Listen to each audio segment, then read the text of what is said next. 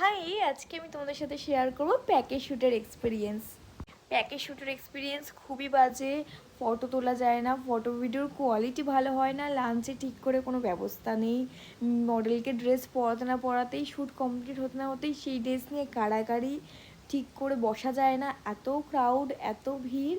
হ্যাঁ, তোমাদের অনেকেরই এইসব প্রশ্ন থাকে যে প্যাকেজ শ্যুট এরকম হয় কি না। দেখো, সব জায়গার কথা তো বলতে পারবো না, কিন্তু কিছু জায়গায় এরকম হয় বলেই হয়তো মেকআপ আর্টিস্টদের মনে এই প্রশ্নটা থাকে। আজকেও কিন্তু আমার প্যাকেজ শ্যুটই ছিল, আর লোকেশান ছিল ব্যারাকপুর। দেখো, মেকআপ আর্টিস্ট কিন্তু অনেকক্ষণ ধরেই কাজ করছে, আর ফটো ভিডিও ফুটেজ সব কিছুই কিন্তু ওর মনের মতো করে ও নিচ্ছে। সেক্ষেত্রে কিন্তু কোনো অসুবিধা হয়নি। আর যেটা স্পেশাল সেটা হচ্ছে এখানকার কলকাটা, এটা প্রোভাইড করা হয়, সেটা ফোরহেড হোক বা গাল হোক। আর দেখো কি মিষ্টি লাগছে, আমাকে সুন্দর একটা কালেকশন আমি এখানে পরে নিয়েছি। আর তার সাথে আজকের সেট আপটাও খুব সুন্দর ছিল, লুকের সাথে খুব সুন্দর মানিয়েছিল। আর এটা ছিল হচ্ছে আমার ফাইনাল লুক। কেমন লাগলো অবশ্যই জানিও। আর আমার শ্যুটটা যেহেতু আজকে খুবই তাড়াতাড়ি কমপ্লিট হয়ে গেছিলো, সেই কারণে লাঞ্চটা আমি আজকে বাড়িতে গিয়েই করেছি।